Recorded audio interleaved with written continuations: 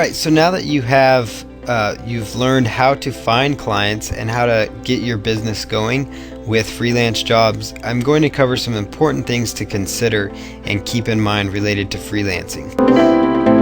One of the most important aspects is once you get clients, it's very important that you meet deadlines. So whether it's deadlines you've set for yourself or for them, or if it's deadlines that they've set for you, it's very important that you meet those. So if they need them in 5 days, and you need the articles or graphics or whatever it is, and you tell them that you're going to meet that deadline, try to meet that deadline. Make sure you're trying to meet that deadline, because what happens is that's something that's going to set you apart, because there's so many freelancers out there that don't meet their deadlines and don't meet them on time, and it can be difficult when you are freelancing to do that. So it's important to take note of being focused on your projects at hand. But it's so important to meet deadlines, because as you meet deadlines, they're gonna be like, wow, this is amazing. So they're gonna come right back to you, and then also they're gonna refer you to somebody else, and then you'll get more business that way. So by just simply meeting deadlines, you can really maintain a good relationship with the people you're doing work with, and they will oftentimes come back to you, or they will refer you to somebody else. And so it's a great way to keep your business growing. So meeting deadlines is a very important aspect of freelancing. Another important thing is to maintain open communication with your clients.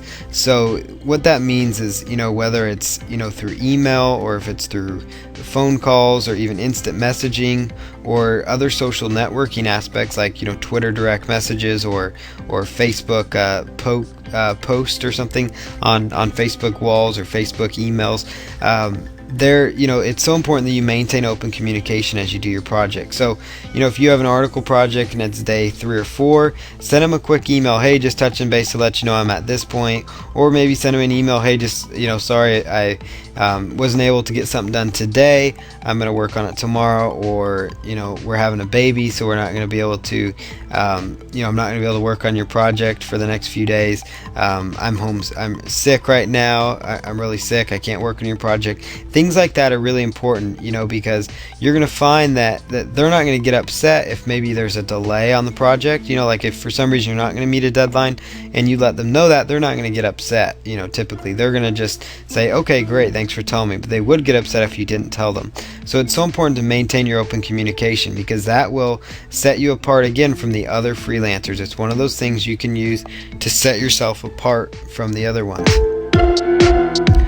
The most important aspect, probably a very important aspect besides meeting deadlines and maintaining open communication, is to stay focused. And that means just to stay focused and on the efforts and on the project at hand. So if you're creating a mini site for somebody, then once you start that, focus your time. Focus, okay, the next 30 minutes I'm going to devote to just this project, so I can make some headway on this project. If it's an article writing task, say, okay, I'm not going to get up from my computer till I've written 3 of the 10 articles for this client, and then go back and go for another 30-45 minute chunk. Say I'm going to write another 3 articles. I'm going to write another 3 articles the next day.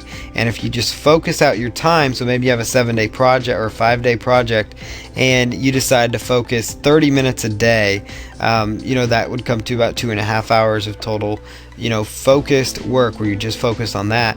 And you'll find that, you might get the project done ahead of schedule, which would be great, because the client would love it if you got the work done ahead of schedule, and they will keep coming back to you for more work.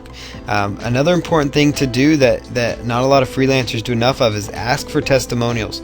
Once you're done with the work, as long as especially if you've met the deadline, you maintain good communication, and you just stayed focused on the project, ask for testimonials. Ask them for testimonials about your service, about your delivery time, about whatever the case might be, because that's invaluable, because that's stuff you can put up on your website. That's stuff you can send in an email to other potential clients, and it will help your business grow. And so that's very, very huge. So ask for the testimonial when you're done with the work and you did a good job for them, you did right by the client.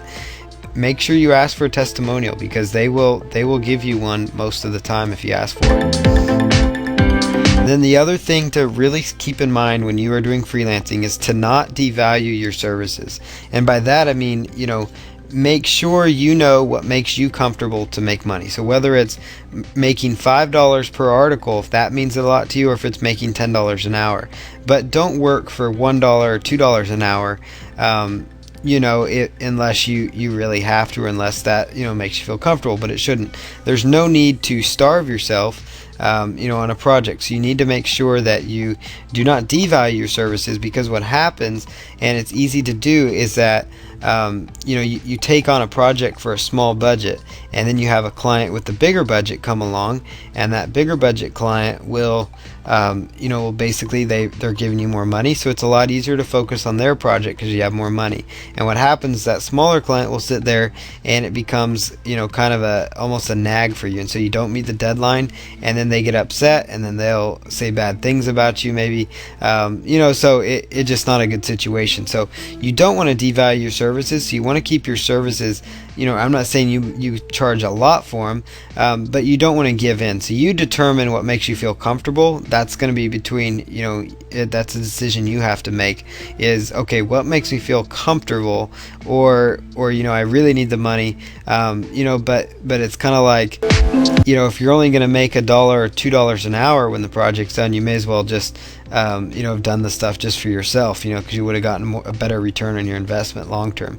So just don't devalue your services. That's another important consideration when you're doing freelancing. A lot of freelancers do that, is they get all excited and they say, man, I just want to get a project done, and they'll take on maybe a free project or a project for next to nothing, and it's just hard to get motivated to get that project done. So try to not devalue your services. And so again, the important aspects here: meet your deadlines, keep open communication with your clients while you're doing the work, stay focused, set out focused chunks of time to accomplish the task, ask for testimonials when the job is done, and do not devalue your services. If you apply all these principles to the videos we previously showed you on how to find more freelancers, freelance jobs, and once you kind of understand more about freelancing, then you are going to have no problem succeeding with freelancing to make money. It's a very viable business model, and it's a very effective way for you to make money online. So you definitely want to look into freelancing for an internet income.